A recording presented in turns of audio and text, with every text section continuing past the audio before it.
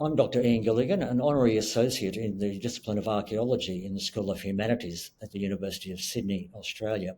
I'm one of 5 co-authors of a paper about the evolution of clothing as dress and what the advent of eyed needles can tell us about the transition in clothing from a utilitarian item to a social necessity.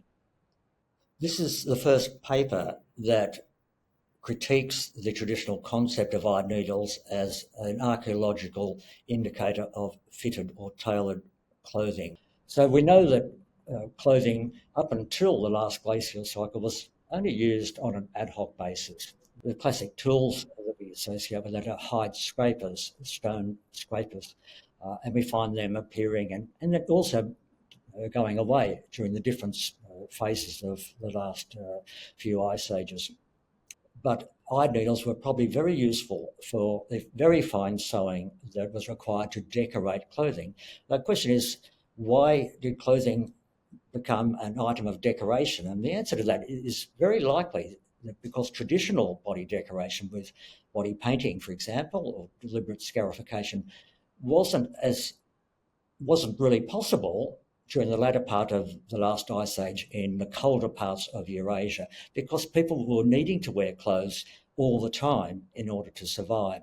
And that's why eyed needles are, I think, particularly important, because they document this transition in the function of clothing from utilitarian to social purposes. The question is, why do we wear clothes? We assume that's almost part of being human. But once you look at different cultures, you realise that people existed and functioned perfectly adequately in society without clothes. So what intrigued me about clothing is, when did this happen? When did clothing transition from being a physical necessity in certain environments to a social necessity in all environments? My future work is moving beyond the advent of clothing as dress and looking at the psychological functions of clothing and even the psychological effects of wearing clothes. We take it for granted that we feel comfortable wearing clothes and uncomfortable if we're not wearing clothes in public.